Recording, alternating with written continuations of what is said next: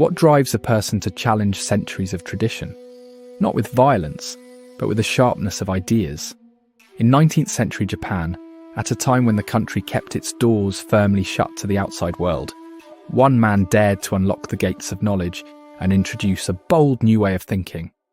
His name was Fukuzawa Yukichi, and his words would reshape the very foundation of Japanese society. Born in 1835 in Osaka to a low-ranking samurai family, Fukuzawa's early years were marked by hardship. His father, a scholar of Confucian philosophy, passed away while Fukuzawa was still young, leaving the family in difficult financial circumstances. But even as a child, he showed a fierce curiosity, a drive to understand the world beyond the narrow walls of his upbringing.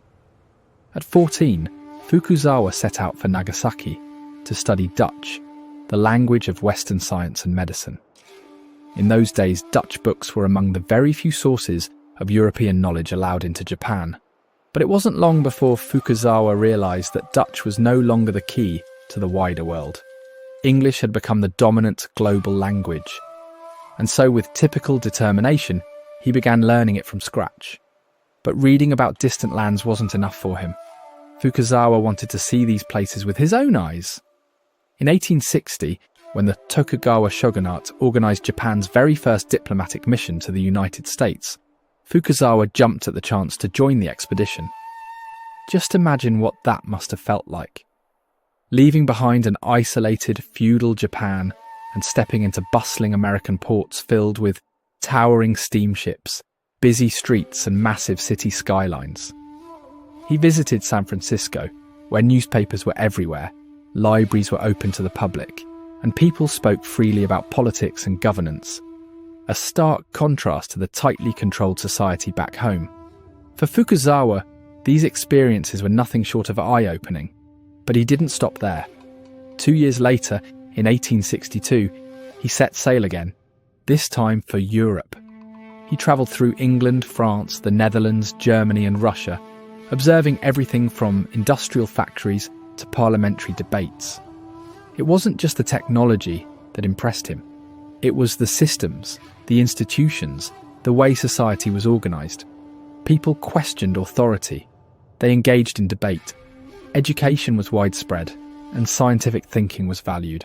Fukuzawa didn't romanticise everything he saw, but he recognised that Japan couldn't afford to remain stuck in the past while the rest of the world raced ahead. When he returned home, he was on a mission, not as a soldier or a politician, but as a writer, a teacher, a messenger of new ideas. He poured his experiences into books and essays, breaking down complex Western concepts and making them accessible to the Japanese public. His most famous work, Gakumon no Susume, or An Encouragement of Learning, wasn't just a call to pick up a book, it was a rallying cry for self-improvement, for national progress through education. In its pages, Fukuzawa famously declared, "Heaven does not create one man above or below another." At a time when a social rank dictated a person's worth, these words hit hard. But Fukuzawa knew that writing alone wouldn't be enough to change a nation. In 1868, he took things a step further. He founded Keio Gijuku, a small private academy in Tokyo that would later grow into Keio University, one of Japan's most respected institutions of higher learning. But this wasn't just another school. Fukuzawa's approach broke away from the rote memorization that dominated traditional Japanese education. Instead, he championed independent thought, critical reasoning, and practical skills. His classrooms were places where students were encouraged to question, to debate, to explore, preparing them not just to pass exams, but to lead Japan into a new era. Though he never sought a political career, Fukuzawa's influence reached Japan's policymakers, business leaders, and thinkers.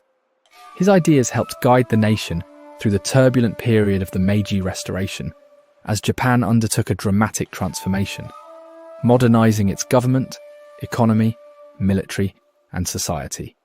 Yet even as Western fashions, factories, and political structures swept across Japan, Fukuzawa warned against copying the West blindly. He argued that it wasn't about wearing suits or building railroads.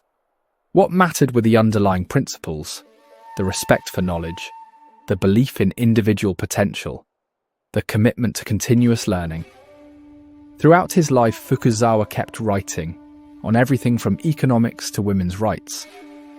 He spoke out for equality, for education, for the courage to question long-held assumptions.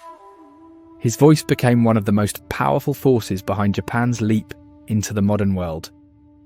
Today, his portrait appears on the 10,000 yen banknote, not because he ruled from a throne or commanded an army, but because his ideas helped shape the soul of a nation. Fukuzawa Yukichi died on February 3, 1901, but the questions he raised, the values he championed, and the hope he had for a better, freer society still echo today.